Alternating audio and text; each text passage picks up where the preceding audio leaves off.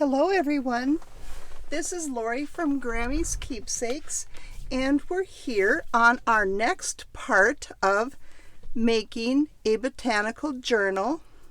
And what we're going to do now is insert our signature block into our book. That's all prepped and ready to go. And where I left you last time was we got all the signatures sewn in, put the faux headbands on it, and we put cheesecloth with a lot of glue, and then afterwards I put some backing paper on. It makes it easier for me to apply it, so that's why I did that. But now what I'm going to make a couple of little angle cuts so that we don't have the edges peeking up. And I need to get a better pair of scissors here. Everything is getting so dull. So I'm just making a slight angle, cutting through the muslin and the paper from the fold. See, it's just a little triangle.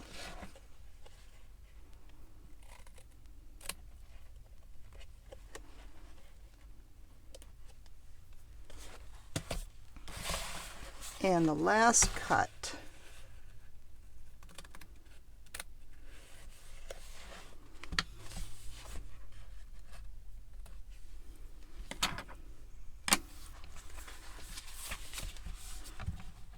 And what I did was I just folded the muslin and paper over where the cardstock ends. So I just have a fold. Now I have to make sure that I get, see, this is where you can go wrong. We don't want it to be upside down. Okay, the cover is right, but I need to look in here. Okay. This is my front, and this is my top. So this is why I double check, because I wouldn't want to do this and have it upside down. And it's easy to happen. So I double check. And we're going to double check again because I flipped it. And we're good. The writing is facing up. And it's going to just sit inside here. Double check for fit, top and bottom. It's looking good. So now I'm just going to start gluing. So let's open up the cover. And I do have, excuse my reach, a couple of pieces of score tape that are going to be in the way, so we want to remove the paper backing to that.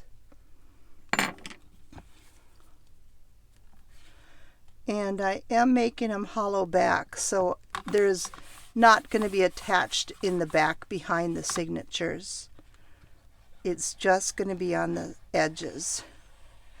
So I want to apply glue generously, but not over the top.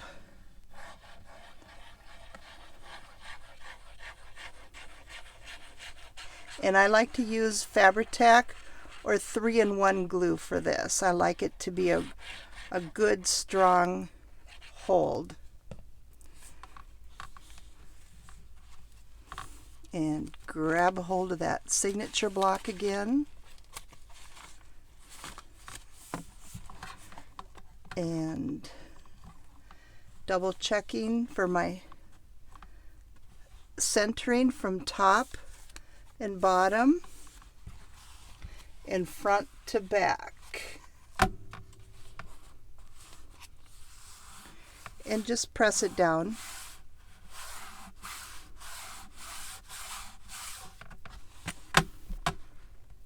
I have a little bit of wiggle time before the glue sets, and I want to double check that I'm still going to fit.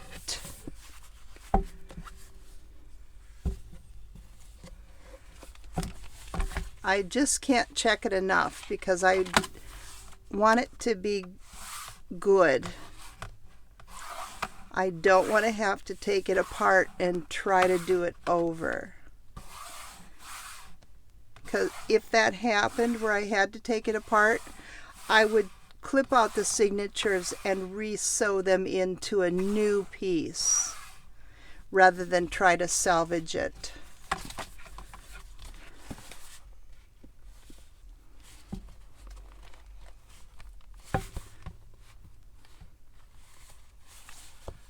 Okay, so now I'm just going to glue the back. I'm sorry I keep bumping the camera. The camera arm is in a different place, and so it's right where I want to be. Not used to it, so I do apologize for that.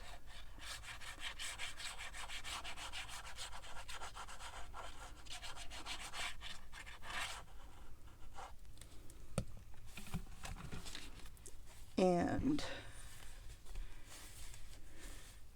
double checking my top and bottom again.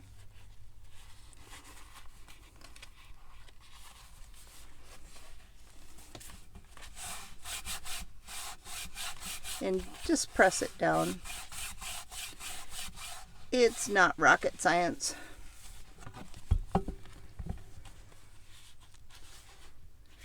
Okay, and it does need to stay still and dry for a while now, without being disturbed. So while it's getting ready to do that, I want to measure to see how big I want my decorative paper here in the back. So, and I want to cover this whole white piece. And I see 5 1/8 by how tall? Here I've got, it's really close here to the edge. I might see if I can cut some of that off because it looks like it was applied crooked to begin with. And just cutting the paper, not that fabric, if it will let me, or at least I can remove part of it.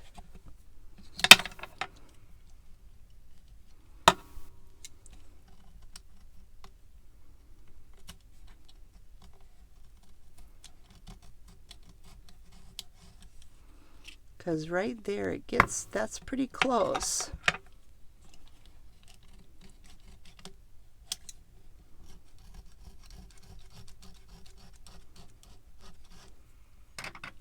Scraping it with a blade might be a little dangerous. I'll try with the eraser and see if I can remove paper that way.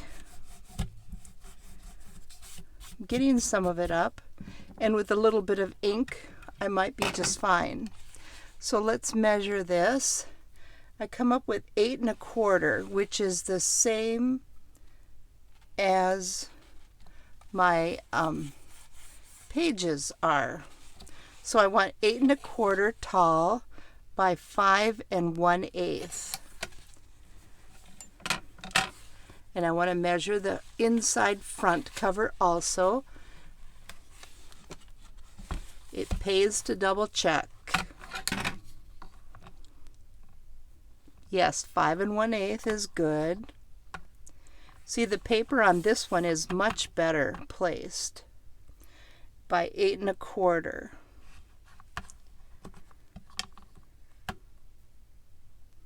All right.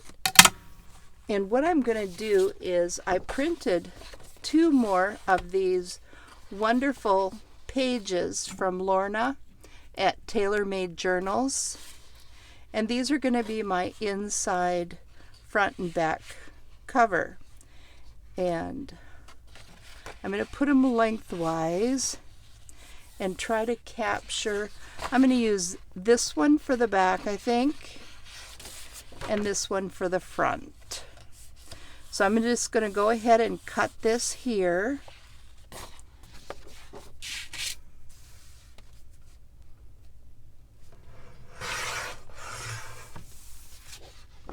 And see how it looks.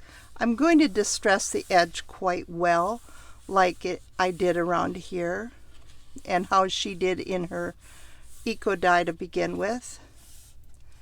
And I'm going to like this very much. Okay, well, I'm going to cut my pieces and let this dry. And I'm going to go ahead and insert the text block into the other journal, and then I'll be right back. Okay, they're all dry, and I got the inside covers put in, and of course I changed my mind, and I wanted this was going to go in the front. I decided it would look better in the back because this one looks better in the front. So it's all dry and ready to go. It's basically a plain or a naked type journal right now.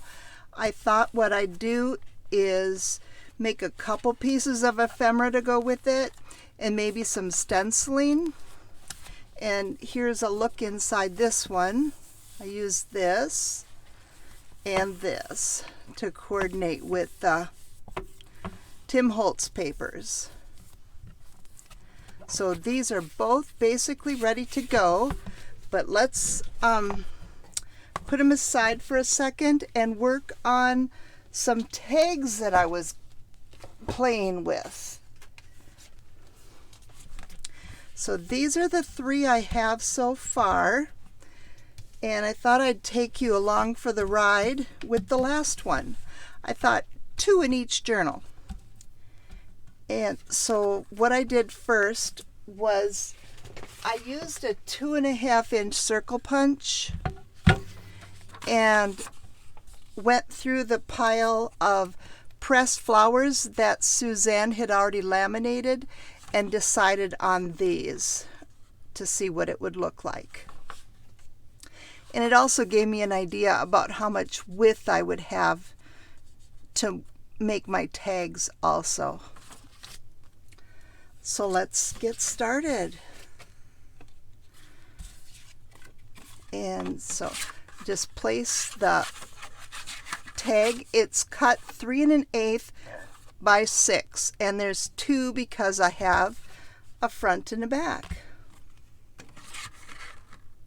So I'm kind of eyeballing it approximately 1 inch from the top. And we'll punch it. And we don't need this anymore. And then I've got these fun discs that I don't know what I'll do with yet, but I'll think of something. Okay, so now I want to take a little bit of ink carefully and just kind of go, well, I need to decide, yeah, I want this one to be the front. So I want to come in from the back or the bottom and just wipe the ink pad around it so that it gets gently aged.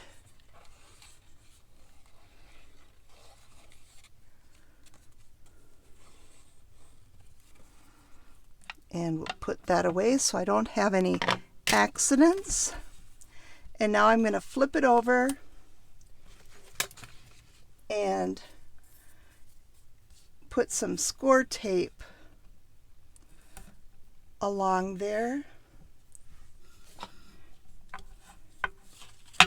Hopefully I'm in frame. Let me move over a little just to make certain.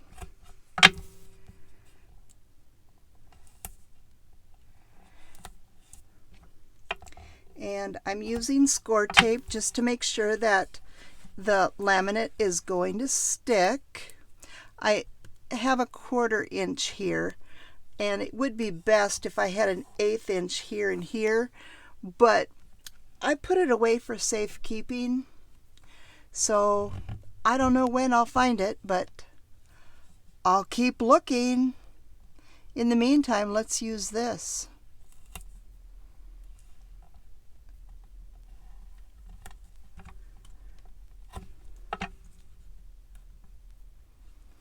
Has to be kind of close to the edge. I don't want it to peek out into the circle, and I really don't want it so close to the edge either because I'm stitching. So yes, score tape will gum up your needle every time. So I took a Q-tip and dipped it in fingernail polish remover or acetone, and I wiped my needle off with the Q-tip to get that gum off. Grab my pokey tool and remove the backing of the score tape.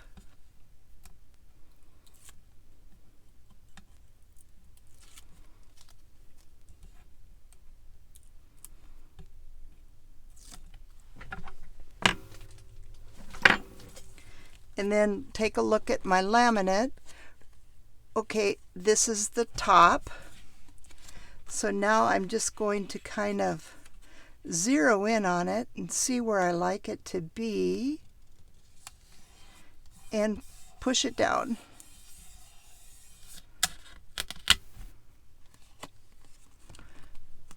And the excess of the plastic, I'm just going to trim it off above the score tape.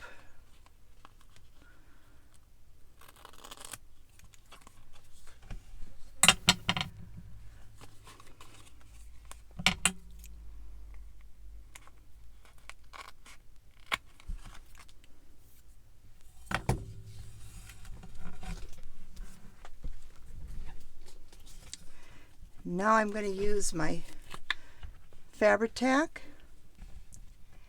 and go around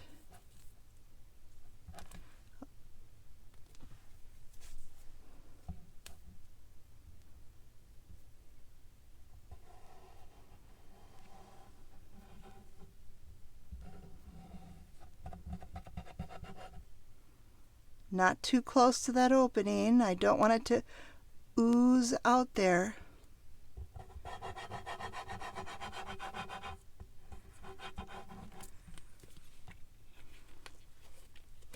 And this is my back. And what I like to do to make sure I get them lined up is make kind of a V and then bring it, use my fingers as the guide and bring it over.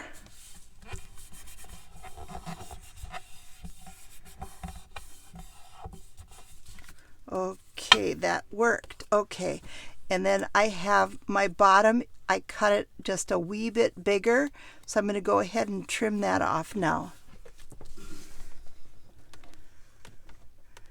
I like to give myself a little bit of wiggle room in case I make that.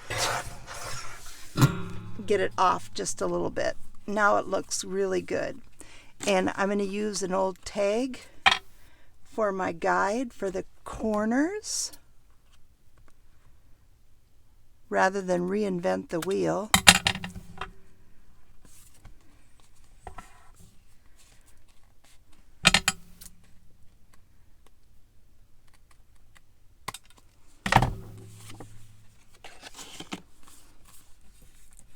Now I have my tag, but I need to distress around it a little bit.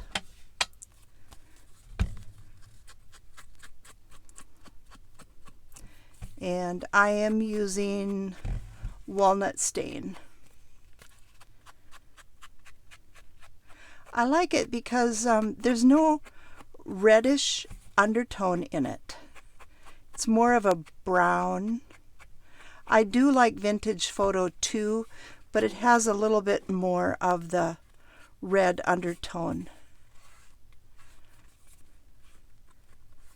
And on the back. So now we have a specimen tag.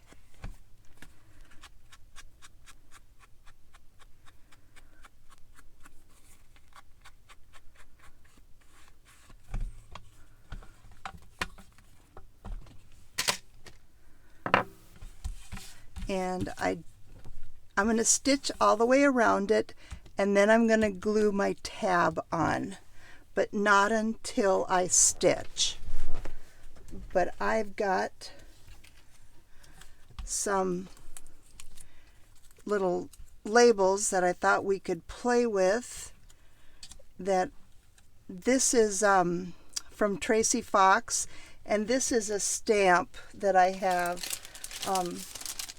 This Tim Holtz Field Notes CMS 396.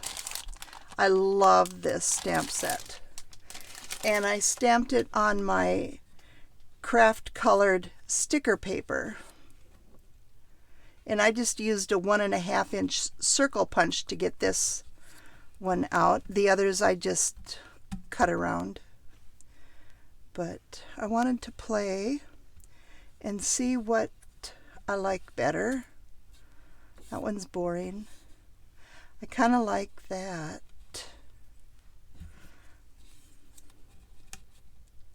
Too many numbers. These numbers are so bold.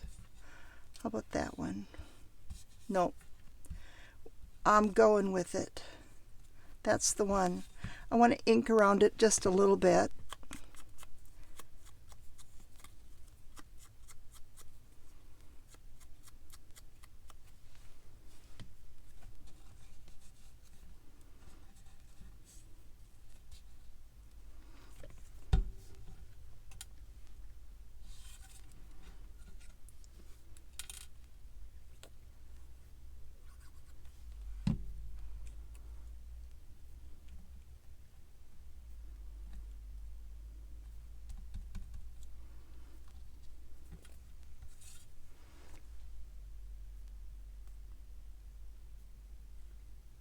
Goodness.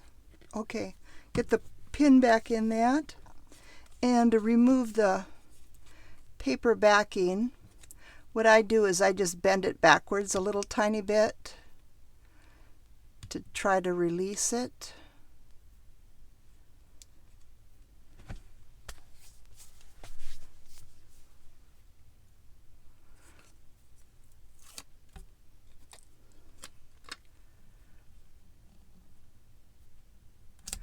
And I don't want it straight. I want it crooked on purpose so that it definitely looks like I didn't try to make it straight. And then after I sew around it and glue on the tab, it'll be all set and ready to go. So put those aside, and let me show you what else that I have ready. Got 2 stacks. This is a pocket I made about a year ago or so out of a gardening encyclopedia page, and it's just a couple layers, and I sewed around it and just made a pocket. Has a little Velcro closure I put on there, and I just did some collaging. I thought maybe we'd add a number or something to it, and the same thing here. And these little flower cutouts, die cuts, are a digital from My Porch Prints that I cut out with my Scan and Cut. So let's put a little number on those. Got a little collection. That one's too big. I like this one. No.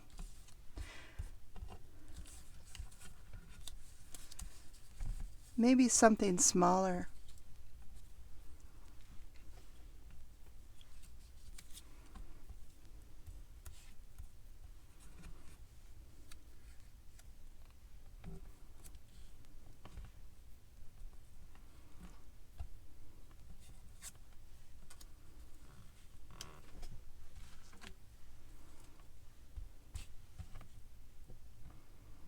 No blue.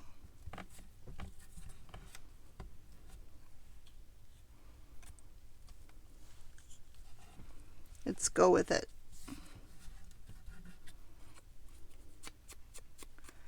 Overthink it, and then I'll never make up my mind.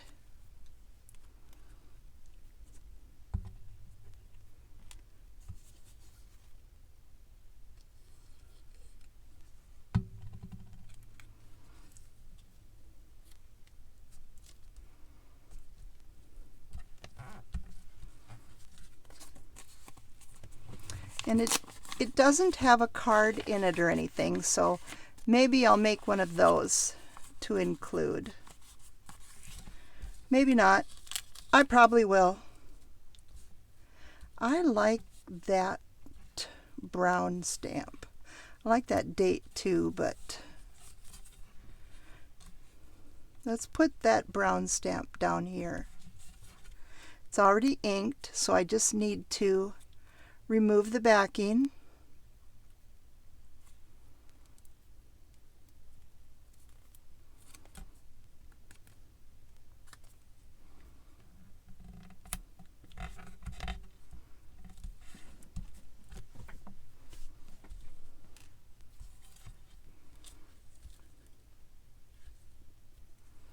Then it looks like I've got something in every corner.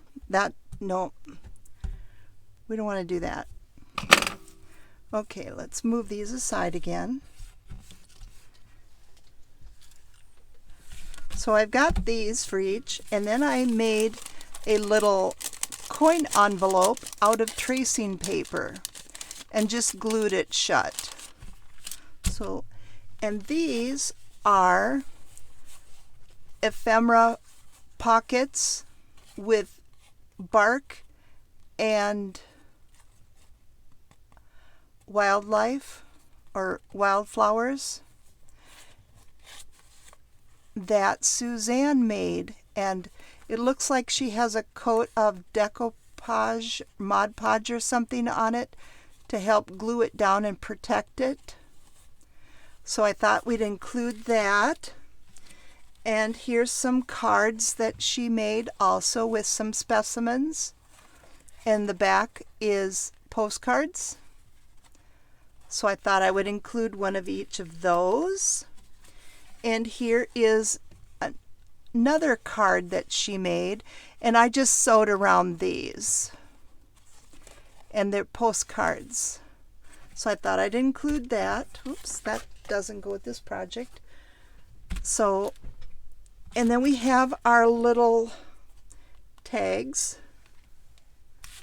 So let's set those aside. And let's do a little bit of stenciling.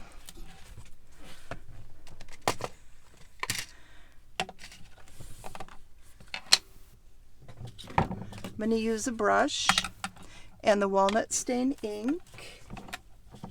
And I've picked out 2 stencils just so that I don't do too many.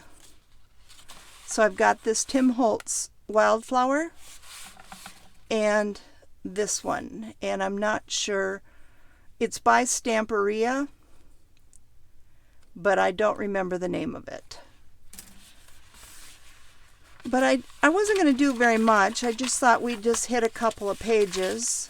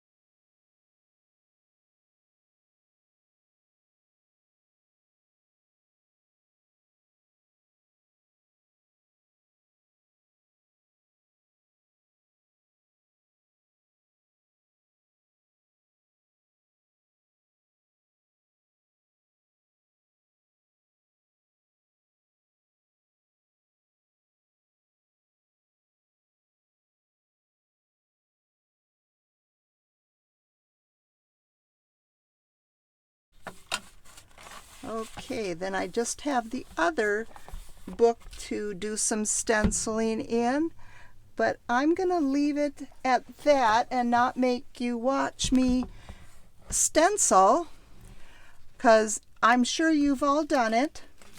And now the next video is going to be the final flip throughs, and then they're going to be available in my shop.